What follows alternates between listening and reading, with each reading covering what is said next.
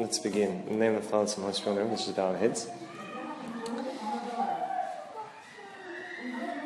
Behold how good and how pleasant it is for brethren to dwell together in unity. It is like the precious oil upon the head, running down the beard of Aaron running down the edge of his garments. It is like the dew of Hermon descending upon the mountains of Zion. For there the Lord commanded the blessing and life forevermore that they are. Please, Lord, because of my sins and iniquities, please not deprive these your children from hearing your words. The Lord, make us worthy to pray thankfully. Our Father, who art in heaven, hallowed be thy name. Thy kingdom come. Give us this day our daily bread, and forgive us our trespasses, as we forgive those who trespass against us. And lead us not. Okay, so I'm going to give you guys a warning now. I need you to prepare questions later, because if I finish early, I want you guys to ask things, because when it comes to this kind of topic, it's more perspective based. Everyone will have a different experience. So if you have questions, write them down about your struggles, your reality, whatever you're finding with your own spiritual growth. And thanks, Mas. And see if we have time. Mario would be very happy to answer them for you. Okay. So basically, Mario answered it. He said at the start, the topic is, the series is Grow, and last week you guys spoke about goals, and Mario went through some of the goals that you need to, I guess, reach your spiritual success. And this week we're talking about the reality of spiritual growth and the options we have. So I'm going to try and speak about three realities. The first reality is the reality of time and separation. The second reality, I feel like I'm really far away. I'm just going to awkwardly move across. Sorry. There we go. Sorry, do you want to move across, Joshi? Okay. The second reality is the reality of struggles. And the third reality is the reality of focusing on God. So let's see if we can get through those. And I think the best way to do this is to quickly focus on someone who actually showed all these struggles, who actually showed all these realities throughout their life. And I can't find anyone more real in the Bible. I mean, there are a lot of very real characters in the Bible. And I think the Bible, the thing that makes it so great to me is how real it is. It's a very real book. And I couldn't find anyone more real that was sticking out to me at the time than Abraham. Abraham, the patriarch, the prophet, the man of great faith, went through these struggles. He went through these realities of spiritual growth. And he didn't start off that way. He didn't start off as this great man of faith. He actually developed and grew and grew. And you see, his struggle was very difficult. He definitely wasn't the great saint that we all know him to be at the start of his life. See, the problem sometimes that we can have is we hear very romanticized stories about our church, people in our church, hagiographical texts as opposed to historical texts. So we hear, I love Tamar Virini. Like, don't get me wrong, I love Tamar Virini. But has anyone seen her movie or heard stories about her life and things like that? There's an incident that happened when she was a baby. Like, before she was born, there were miracles happening.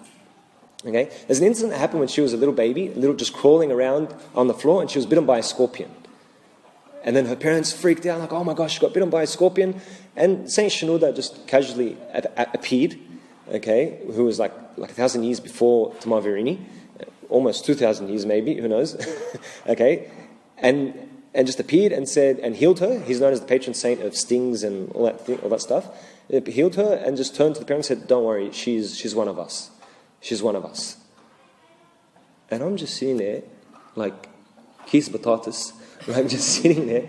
This lady is a saint from before she's born. I'm just sitting there, like, casually, when I was bitten by a bee once, and Saint Shenouda didn't come and help me. Like, you're like, what the heck? All right? All these stories are really romanticized. So I'm sure they'd happen, like, but it makes you feel like, nah, I can't ever be like Tamar Virini or anyone like that. What the heck? These guys were saints since they were babies. But the thing I like about the Bible is it shows that these great men of the Bible weren't actually born saints. They weren't. So we're going to just go through a bit of the start of the life of Abraham and relate it to those three topics we spoke about, those three realities. So can we open Genesis 12, please?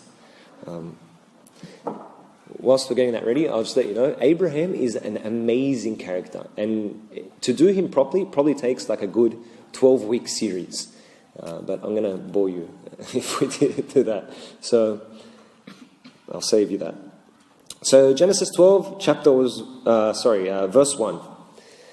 Okay, so does everyone know the story of Abraham? Abraham began off as Abram. So if you ever see the word Abram, don't get confused. Don't let that. That's just Abraham before he became.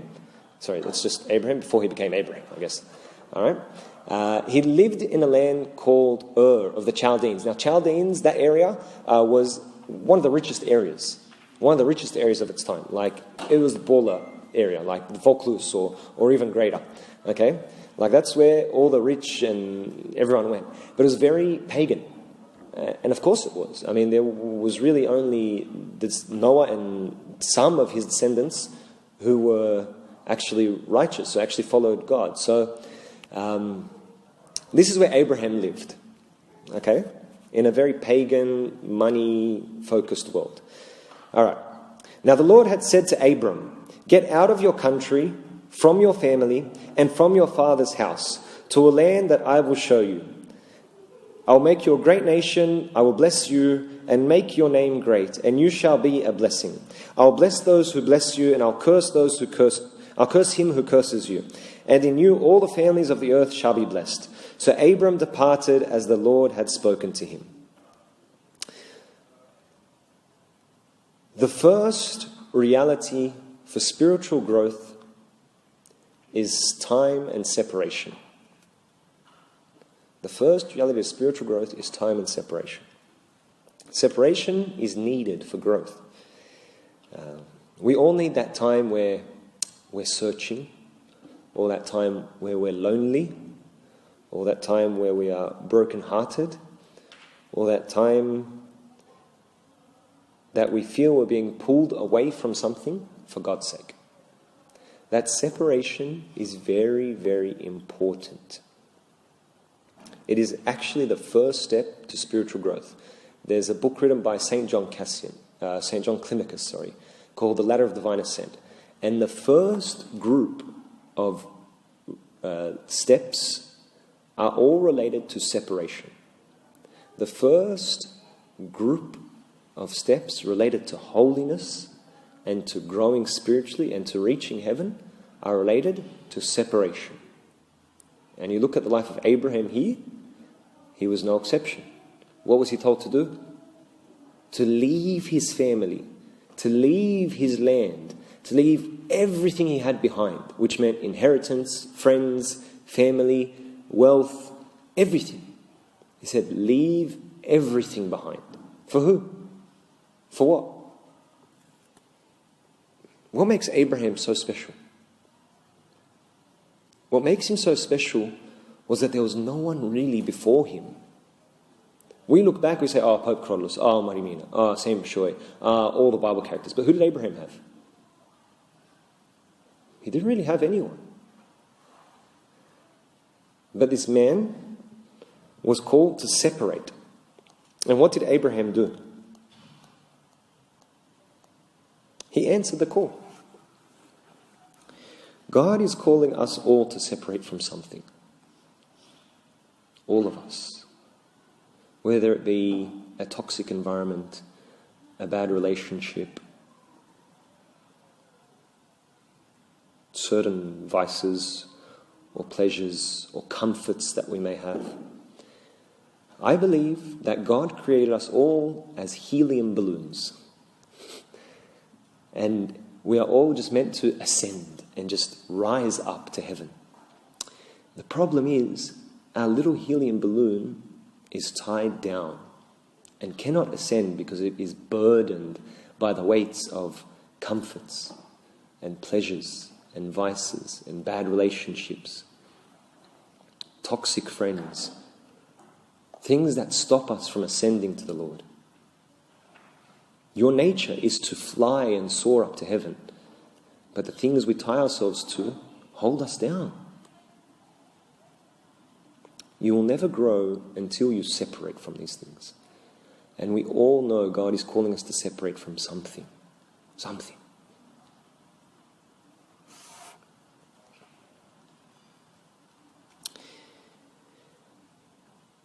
Personally, my spiritual life was very stagnant. When I was around your age, around, say, 16 and up, I felt my spiritual life was like, okay, I'm about here now. But I don't want to stay here. I don't want to stay at this level. I want to soar. I want to go higher and higher to God. And it wasn't until I began to separate from friends and from certain environments that I began to feel closer to God. I felt some kind of growth. It's not easy. But the greatest form of separation that blessed me the most was the separation not from a single thing, but from everything. From everything. When I sanctified time. When I said, I will spend time in quiet with God. Just sit there and spend quiet time with the Lord.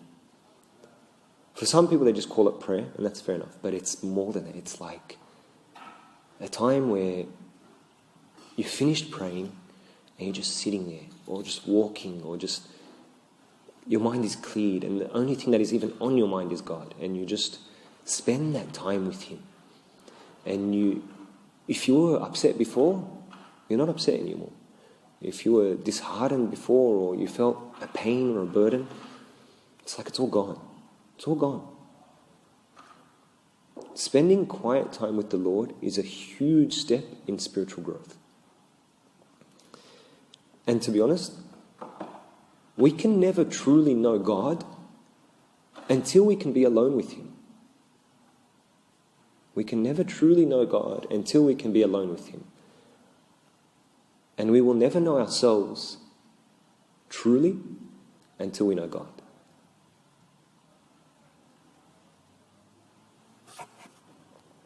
Time factors are huge.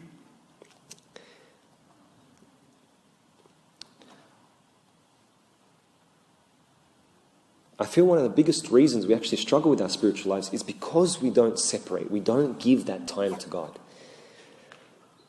How can you love a person you can't spend time with? God is a person. If you're not spending time with Him, how are you supposed to get closer to Him? People always ask me, oh, Meena, you went to Kenya, you were there for 6 months.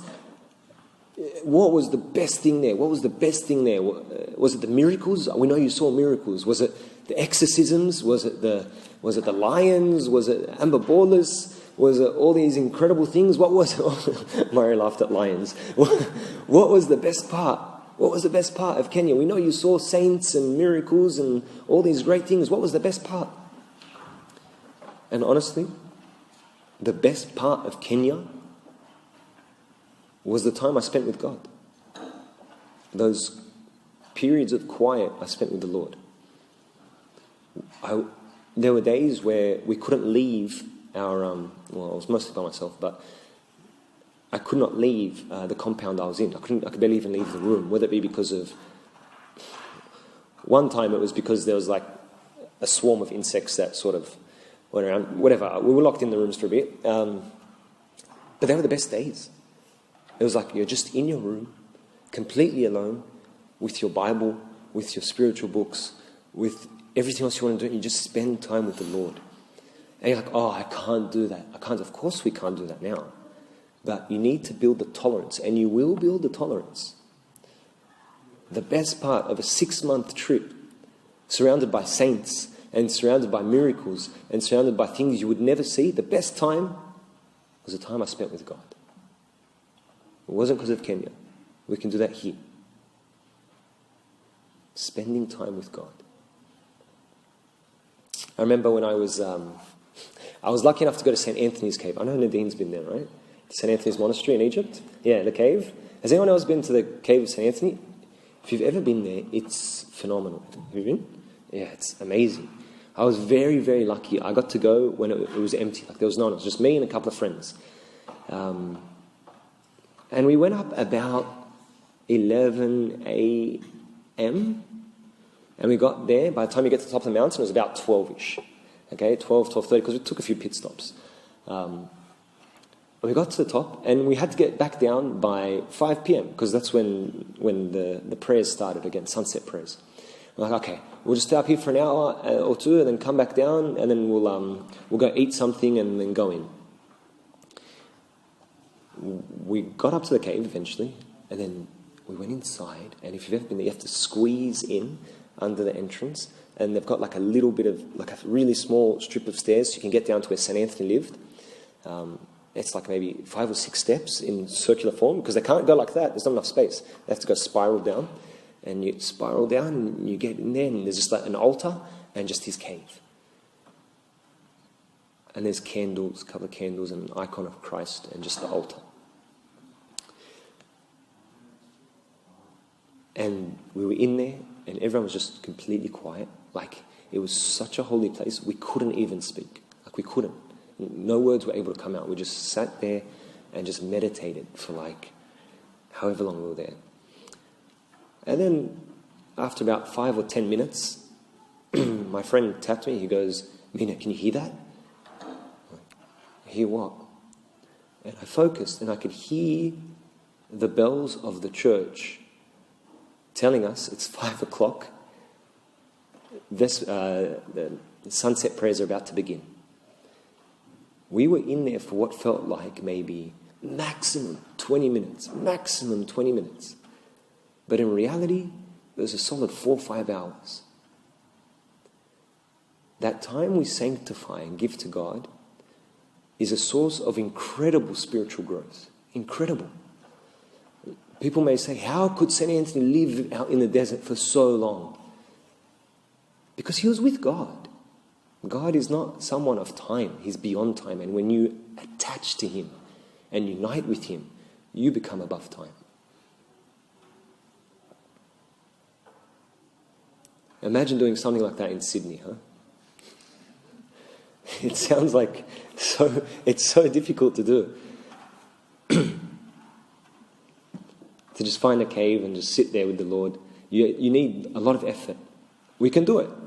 But I feel like Satan looks at the Western world and just sits back and watches his handiwork.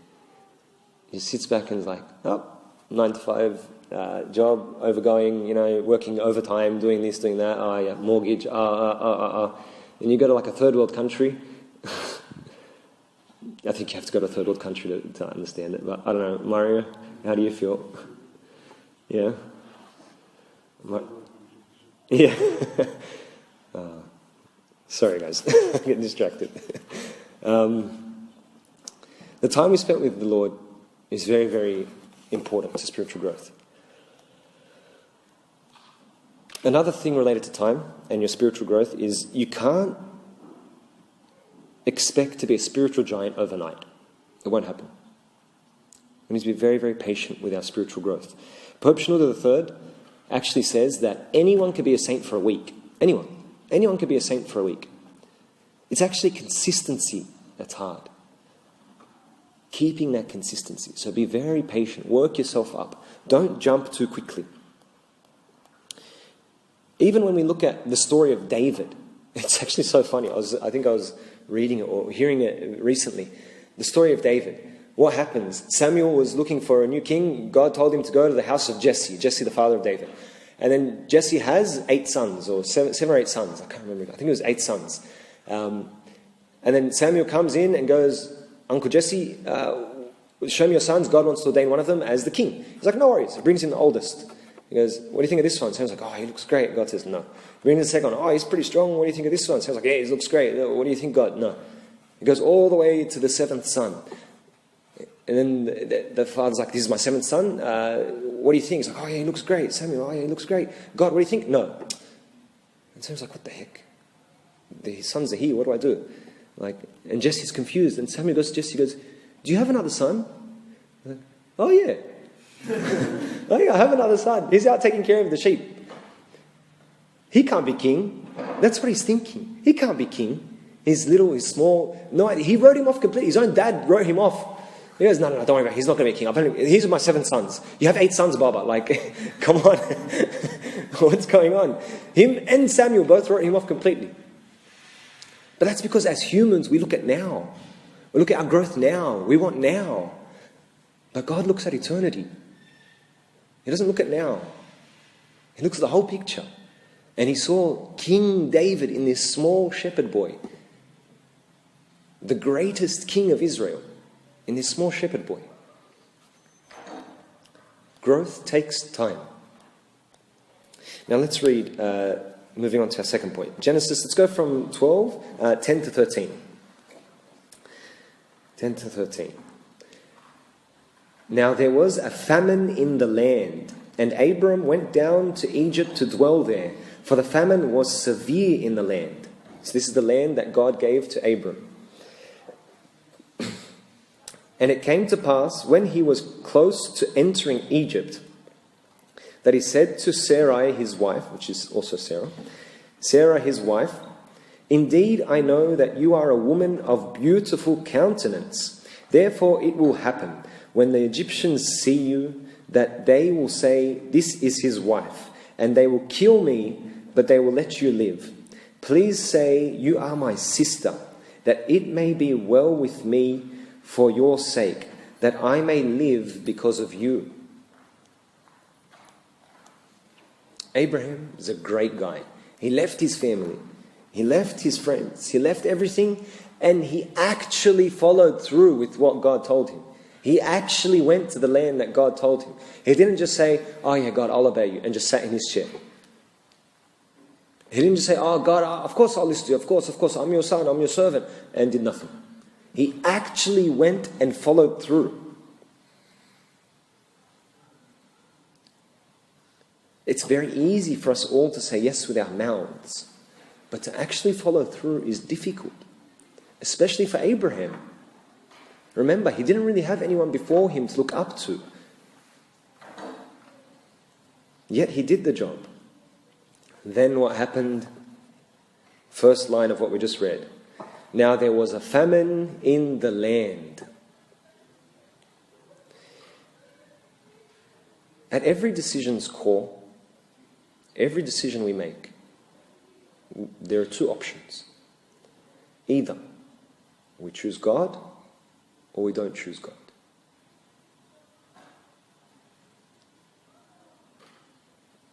Here, Abraham did what we all do. He tried to compromise. He said, okay, we're pretty close to the land. We're pretty close. Egypt's not too far. We're pretty close to the land. But what am I supposed to do? There's a famine. Maybe God forgot. Maybe he didn't know about the famine. He didn't know about the famine. I'm just going to go pop by to Egypt. Just going to go pop by and get some food and then wait till the famine's over. Then I'll go back to my land. No problem. No problem. Then what happened? Okay, I just realized the problem. I'm going to go into Egypt and my wife's a hottie. Okay, and they're going to hit on my wife and they're going to kill me. What am I going to do? So what does he do? Yeah, he straight out lies. And I've heard different people say, but they're actually cousins and they call each other brother anyway, so it's not really, it's a lie. Like, please, come on, let's be real. Okay, he straight out lied. Yeah? When you compromise with sin, when we compromise with things that are wrong, we don't just circle it. Eventually we fall into the hole. We can't dabble with the devil. We can't compromise with these things. When God says something, we need to obey completely. It's not easy. There's a famine in the land. It's not easy to obey. But we need to obey.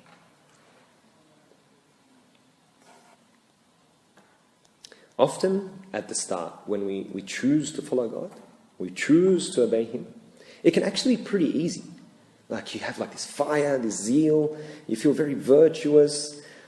Often you find people who have had very interesting circumstances. A relationship breakup, some sort of broken heart, a tragedy in the family, something bad is happening in their lives, what you find is they actually begin to soar in their spiritual lives. They come back to church, or they come to church more fervently, they spend more time praying. You feel like there's a real change. And then what happens? The famine comes. The famine comes. And they begin to waver a little bit.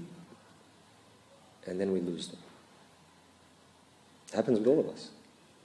We go to church all the time, all of a sudden something touches our hearts. I'm like, no, God, that's it. I'm going to push, I'm going to repent, I'm going to work really, really hard. And then you stick to it, and all of a sudden, the famine comes. And then what happens? Some of us actually stay strong. Some of us actually continue and grow. And that's actually what you want. But the rest of us sort of just fall back to the usual.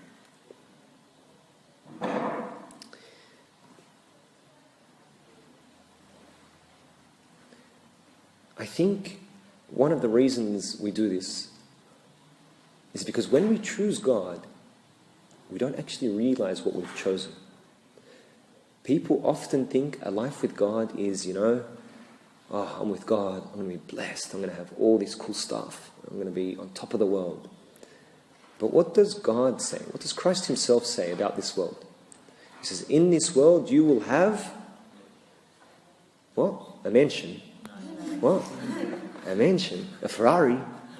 What? $100 million. What? A beachfront apartment. What? You're going to have perfect health and like people that love you all the time. Is that what you're going to have?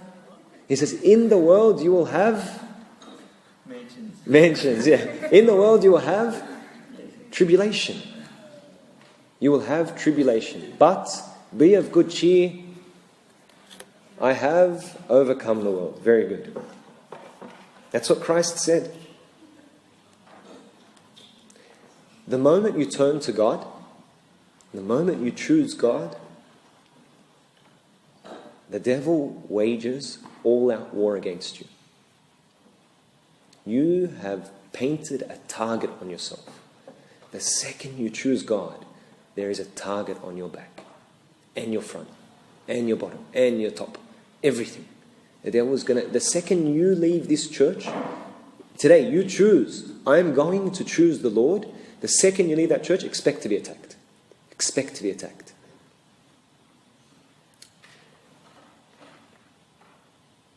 But this is normal. Don't be afraid. Don't be afraid. Because you will win if you rely on the God that's walking next to you. Stay by his side and you will win. No one can touch you. Abraham here stuffed up. He actually stuffed up. There's no ifs or buts about it. He stuffed up. Made a big mistake. And if you read the story, God corrected him. He had to. He stuffed up. Struggles are real. We all suffer. We all suffer from the struggles. We all suffer from temptations. We all suffer from sin. Christ himself suffered temptations. What you're going through, Christ himself went through. Why? How do we know that? In the book of Hebrews it says we do not have a mediator who cannot sympathize with us. We don't have a mediator who doesn't know what we've gone through because he himself has gone through it. That's why you pray to him. Because he knows how you feel, because he himself went through it.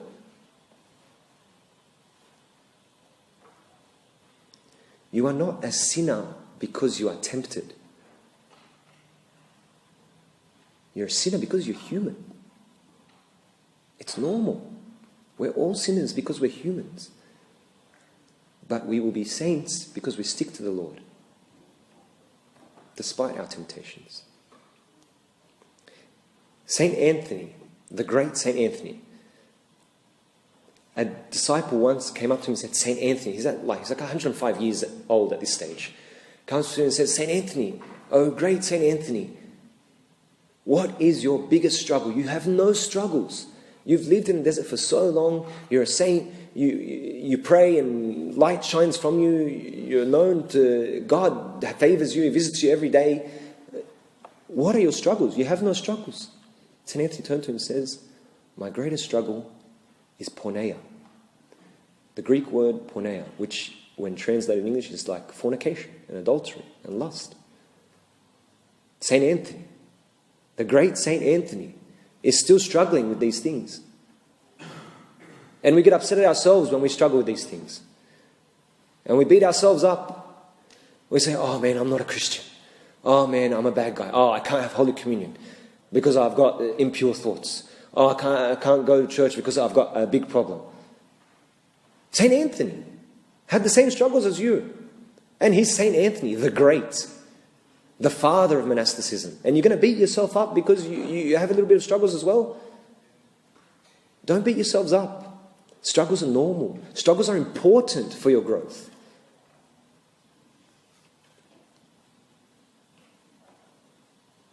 These struggles are what build us, make us stronger. The harder the struggles, the greater the benefit. So when you are struggling, thank God. Say, God, thank you. Thank you for this gift you're going to give me.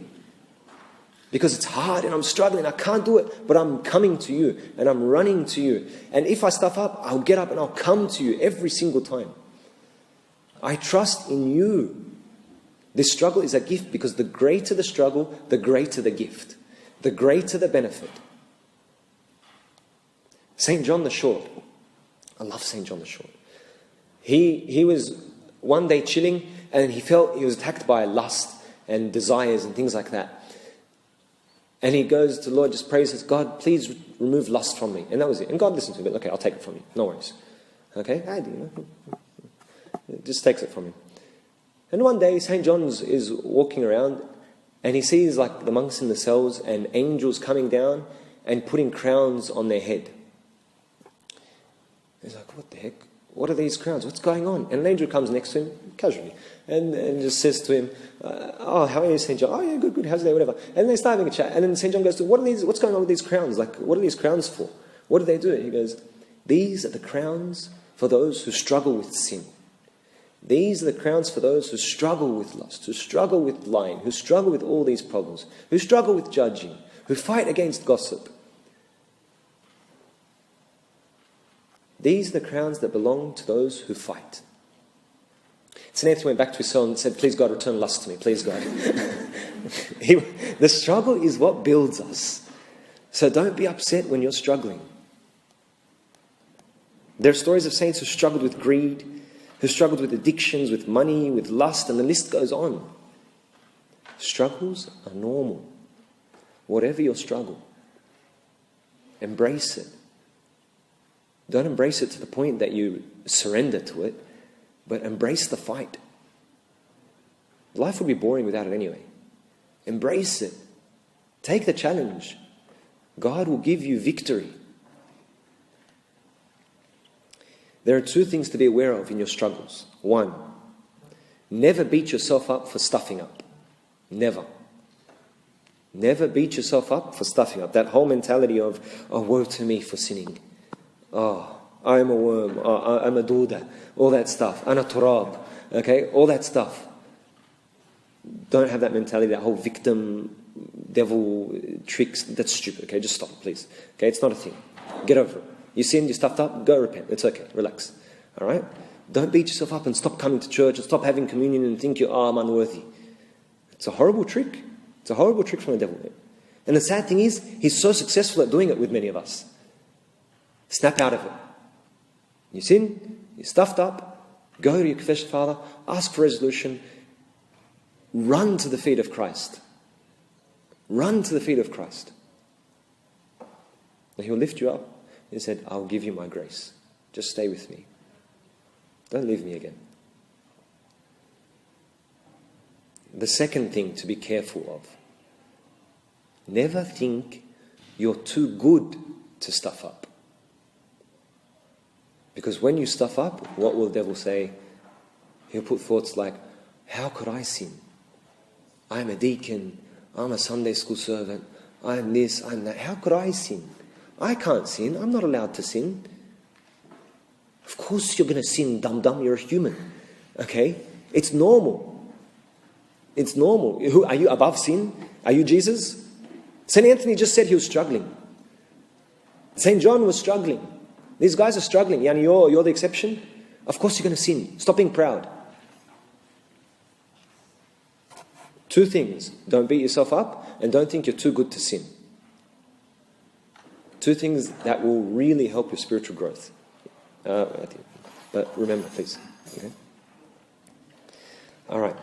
Amba Musa himself actually said, I wasn't supposed to say the name, sorry. But yeah, Amba Musa, he told us once, he goes, sometimes when I think that I'm better than the married people because I'm celibate, the devil attacks me with such fire, that I can't take it anymore until I run to the feet of Christ and I bow down and I throw myself before Him and I cry and I beg God and I say, Lord, they're better than me. They're better than me. Please help me. Please help me. And straight away, God comes in grace and just cools him down and relaxes him. Okay. And the second you think you're too good, you're in trouble. It really is a narrow path to heaven. You think you're too good, you get smashed. You think you're not good enough, you get smashed. Stay on the road, on the footpath. Okay? The last point. Throughout Abraham's life, he begins to fix things. Okay, so he stuffed up in chapter 12, okay, and things were not so good for him, but throughout his life, he slowly fixes things. Stuffs up again, but fixes things. Then stuffs up and fixes things. The spiritual life is like a curve like this. It's a curve like this. It has ups and downs, peaks and troughs, but is inclined at a 45-degree angle roughly. Okay? And despite your troughs, you're still rising and falling. Rising and falling. That's very normal. Okay? Very, very normal. But Abraham at the end, what is he known as? We praise the patriarchs, Abraham, Isaac and Jacob. We praise Abraham every liturgy. Every liturgy we say patriarchs, the prophets, the evangelists, the preachers, and all those who are consummated in the faith. Yeah, we praise the patriarchs, Abraham. We praise him. We call him in Hebrews chapter 11, in the great chapter of faith, of those who conquered because of their faith to the Lord. Abraham has a mad section. He's got a mad chunk in there. Even when the author stops talking about Abraham, he goes back to Abraham later. Okay? This man of faith.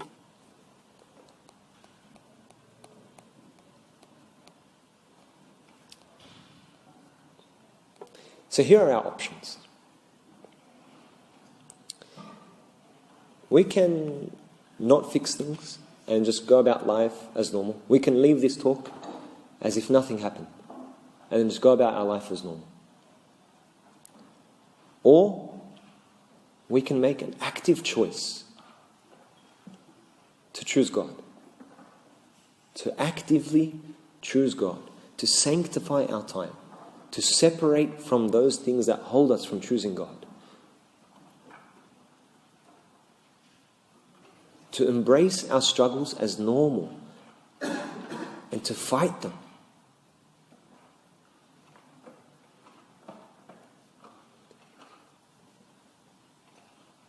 The spiritual realm is so close to all of us. So close. Holiness is only a few decisions away. Being a saint is only a few choices away. Keep that faithful focus on God, as Abraham did. It's not about what's around you. Don't focus on the chaos of sin. Don't focus on that lack of growth. Don't focus on your constant falling over and over and over again. Don't focus on that. That's not the focus. What's the focus? God. Focus on God. Don't be distracted.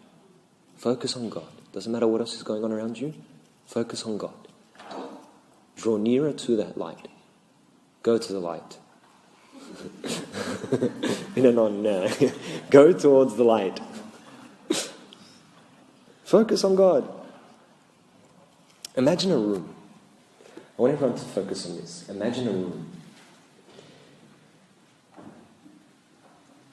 And in the room, at the end, right in front of you, is an icon of Christ. A picture of Christ. And all you want to do is approach that icon. Just go kiss it. And just go draw nearer to it. And you feel, just by looking at it, you feel so comforted and so at peace.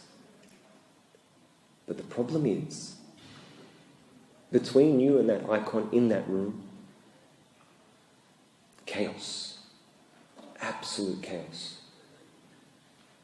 You have your inner liar fighting with your honest man. You have your impure self fighting with your pure self. You have your violent man fighting against your peaceful one.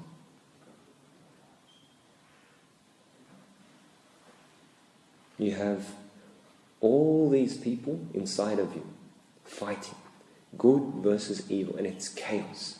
And you see the dust from their punch-ups flying up, and blood, and teeth, and all the negative effects. Oh, this person hated me because I did this. Oh, this person doesn't like because I separated from them. Oh, this person's talking bad about me. This person's gossiping. This person's araf. Everything. Everything. It's absolute chaos. But all you see is the icon of Christ. Your gaze is completely fixed on that icon, to the point that you can't even see the chaos around you.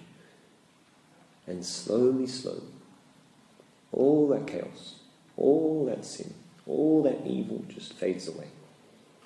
It just passes. And before you know it, you are right in front of that icon. Just you and Christ. That is spiritual growth. Don't focus on everything else. Don't focus on your fallings. Don't focus on the things you've stuffed up with. Just you and Christ, and draw near to Him. You and Christ, and you will grow. And that is the reality of spiritual growth. Amber Borlas, the Bishop of Kenya, we were very, very close when I was in Kenya. He used to take me into his room. And he used to really open up to me. Like, he used to really talk and tell me a few things that were going on, and the situation of certain things. And he really used to talk to me and open up. And at that time, there was a few people in Africa who took the name, the Coptic Orthodox Church, and completely defiled it. They were like African people who took the name, oh, we are the Coptic Orthodox Church, and now doing magic and voodoo and all this other weird, devilish stuff. Really weird things.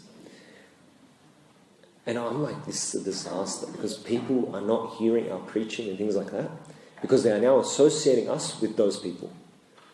They're now associating us with those magicians or whatever they were, these satanic people. And one night I went into Sayyidina's room. He called me, goes, Meena, come. I'm like, all right.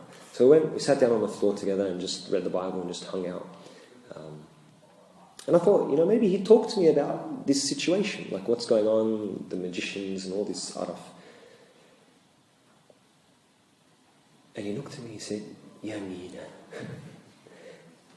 And I looked at where he was looking, and behind me there was an icon of Christ. Just a picture of Jesus on his wall. A very simple drawing. And he's just staring at it, and like, he's not even with me. He's talking, but he's not even with me. He goes, sometimes, Meena, I wake up in the middle of the night, and as I pass this icon, I just gaze at him like, Lord, you are so beautiful. You are so sweet. You are so kind to me. And I just look at him. And then he sort of snapped out of me. He goes, and then 5 minutes later, Wahid Abid comes and knocks on the door, wakes me up, and I have to start the day. And I'm like, that's 5 hours. He's like, don't worry, Meena, don't worry. And then he just dismissed it all. This guy wakes up in the middle of the night and just looks at a picture of Jesus for 5 hours. He just focused completely on Christ. Completely. Don't worry about the chaos, magicians, anything else. It's just me and God. And if you want growth, that's how it has to be. It needs to be just you and God. Draw near to the Lord and He'll draw near to you. Draw near to God and He'll draw near to you. Don't worry about anything else. Everything in between will scatter. Will go away. All the hardships. You're like, oh, it's so hard. I can't be spiritual. I can't be a saint. I can't. Yes, you can. You are called to be a saint. The option is with you to either be a saint or not.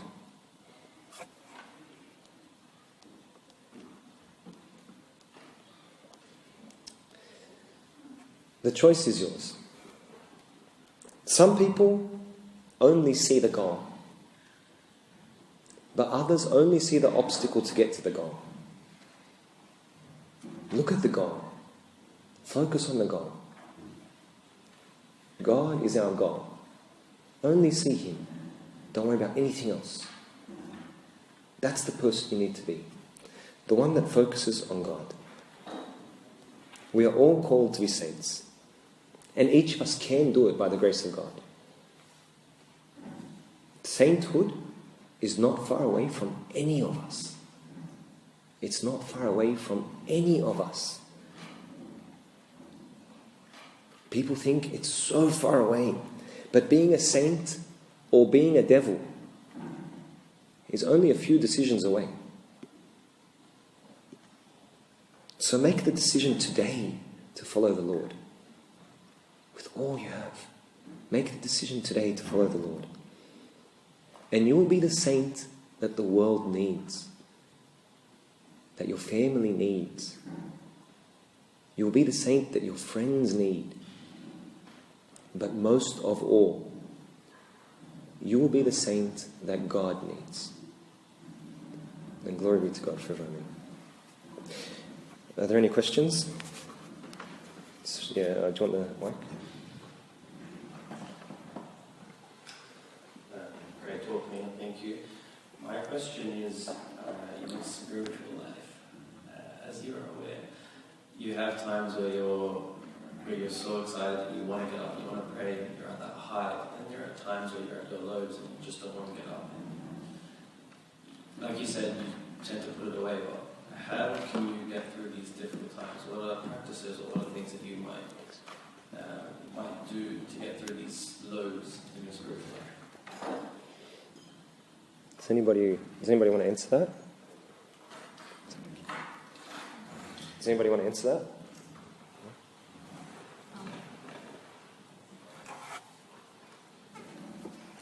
Okay.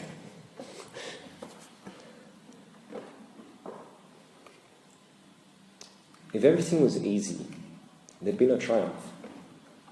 What would you be victorious over? It says that when we enter heaven, the angels are cheering for us like victors. Like victors. I remember when Egypt made it to the World Cup. I saw on Snapchat and Facebook, it's like the country shut down. Everyone was going ballistic. The roads were closed. People were jumping up and down in their cars. 3-year-olds were shooting flares. Like it was just insane. Why? Because they struggled and struggled and struggled and were victorious. Same thing with us. Same thing with us. We struggle and struggle and struggle to be victorious. There's no celebration if everyone makes it. It's not, we give you our will and that's it. Like that's it. I just give you my will by my word. There needs to be action. Faith involves action.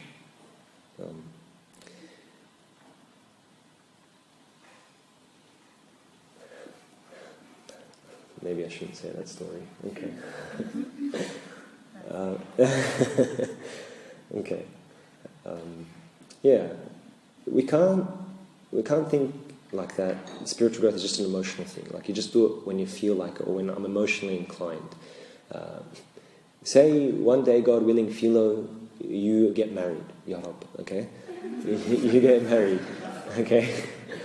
Beautiful girl, very nice lady, and you're really into the relationship and you really love her and you give her everything, and then one day you're like, Habibti, nah, I don't feel like being married today. I don't feel like being in a relationship today. I'm just going to, Just, thanks for coming. It was that way. Have fun. Okay, next. It's not how it works, right? And then with God, it's a relationship. When we think of Him as this arbitrary thing, far away, you just go, sign in with a few prayers and sign out and that's it, we don't see Him as the person He is. And when you look at your spiritual life as getting to know a person, getting close to a person, living with a person, it's a very different mentality. It's much easier to spend time with Him. Just like you wouldn't neglect your wife or your children or your parents, God willing, okay? Just like you wouldn't neglect the important people in your life, you feel I can't neglect God either. And when you have that mentality, it's much easier to grow and to get up and pray. Any more questions? Yeah, I'll give you this. Just because I think they're recording. You mentioned about separation from everything. What was the hardest thing, about doing that? What was your hardest, bumps? And how did you cope with that? Sorry. How do we do it? Yeah. No, once again, it's not easy. I don't feel this works here. Sorry.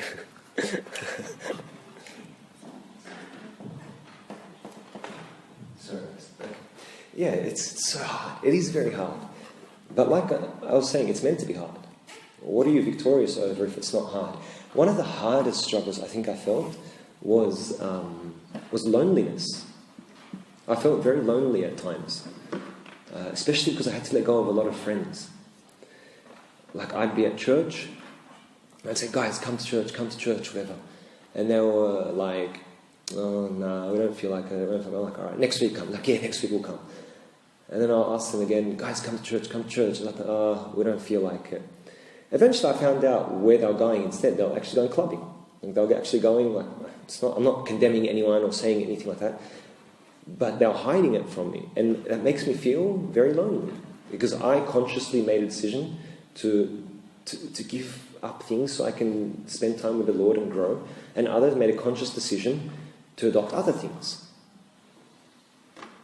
So imagine the friends you grew up with aren't there anymore. You feel so lonely. So lonely. And these are guys I spent so much of my time with. So loneliness is definitely a big thing. How do you do it? Well, you just have to ask yourself, what's more important? What's actually more important? Remember I said you have two options. Either you choose God or you don't choose God. And when you stand on the day of judgment before the Lord, it's just you. God will say, what did you do? There's no friends next to you. You don't go up as a group. You don't go up as a family. You go up as an individual, as a person. And God asks you, did you separate from me from that? Because you're all alone right now. And you decide, did you choose God? Come with me forever. You didn't choose me in earth. Why are you going to choose me now? You know where to go. I think you guys are fine though, don't worry. Alright, any more questions? I think that's it.